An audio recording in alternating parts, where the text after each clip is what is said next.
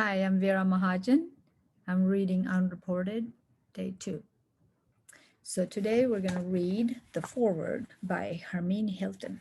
She's an author and a coach for memory. So her foreword says for Unreported, Unreported is the book for those of you who just don't want to take it anymore.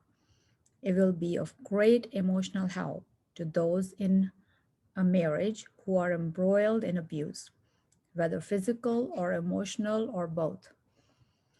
It is uplifting, hopeful, and relative to the concerns of many, and you're definitely not alone. The stories of the people within these pages are proof of that. They will inspire you.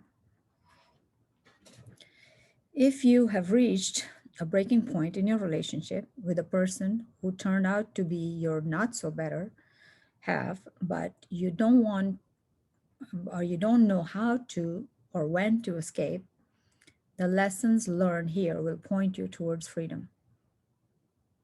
Don't wait until the laughter has completely gone out of your life.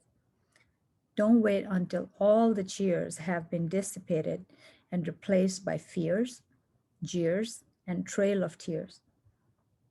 Accepting abuse is tantamount to being abusive to yourself. And it is far better to be alone with yourself than to be lonely with someone else. Uniquely, my dear friend Vera is exactly the right person to have written this encouraging and emboldening scripture. The lessons she has shared are the life lessons she has learned and lived. The freedom she wants for you is that which she insists on for herself. She is the epitome of achieving victory over having been, or at one time, the victim. And the energy she radiates today empowers her to lead and to do great things. These pages hold her very real and sincere message. Whether you're a man, woman, or a child, there's no reason for you to accept being a victim. There's no reason for you to give away your power or to let another overpower you. There's no reason for you to give up your freedom at another's insistence. But there's every reason for you to take no prisoners and learn to love yourself. Hermine Hilton.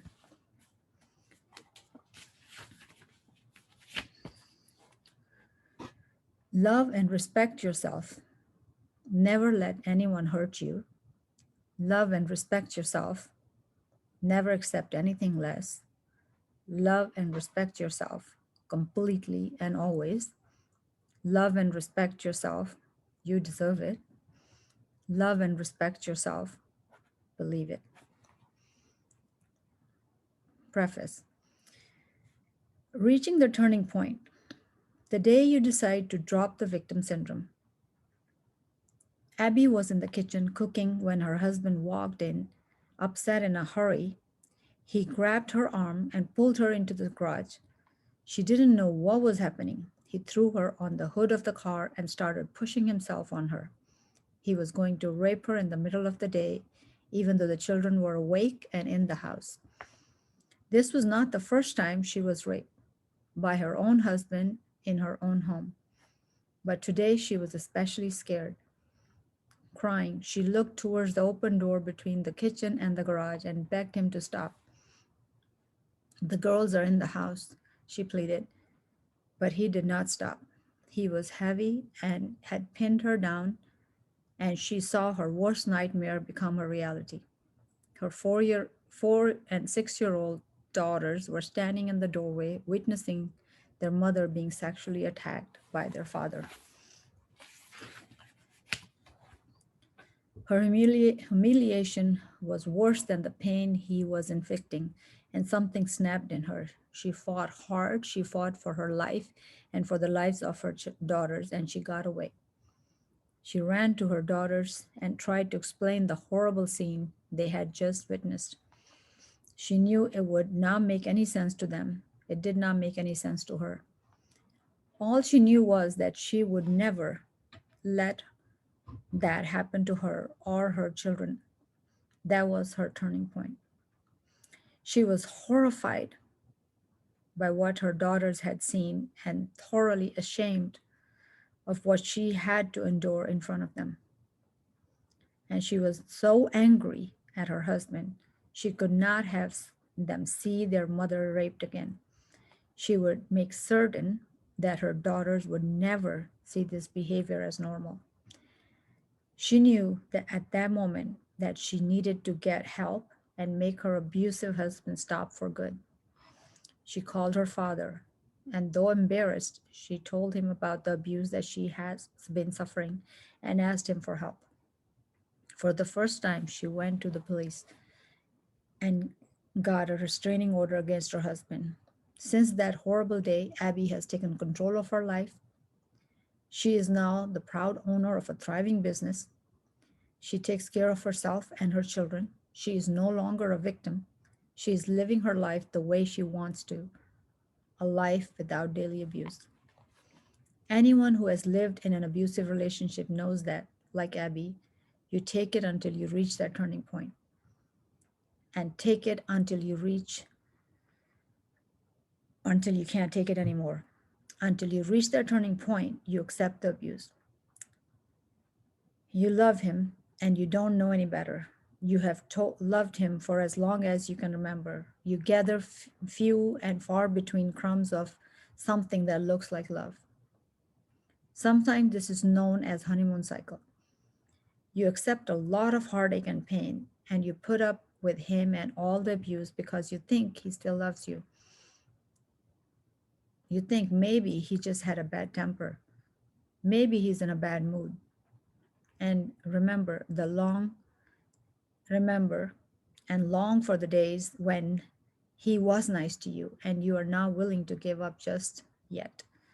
You're hoping that he will see the pain he causes you. You're hoping that he will change and that you will not have to be afraid of him anymore. You don't want to break up the family that you have worked so hard to build.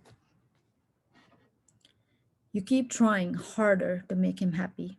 You keep trying until that one day, that one moment when you know he has gone too far and you can't take it anymore. You can't take it anymore because you finally believe that you deserve better. That turning point comes not just because of the severity of the abuse you experienced that day. You had sometimes survived worse abuse. No, the turning point is the day you get the courage to be true to yourself. It's the day you say to your abuser, I won't take it anymore. That is the day you promise yourself, I deserve better. That is the day you drop the victim syndrome, stop accepting abuse, and decide to turn your pain into power. That is the day. Like Abby, you can realize your own dreams and bring them to reality. You deserve nothing less. Don't let your past dictate who you are. Instead, use it to carve your beautiful future. Are you ready?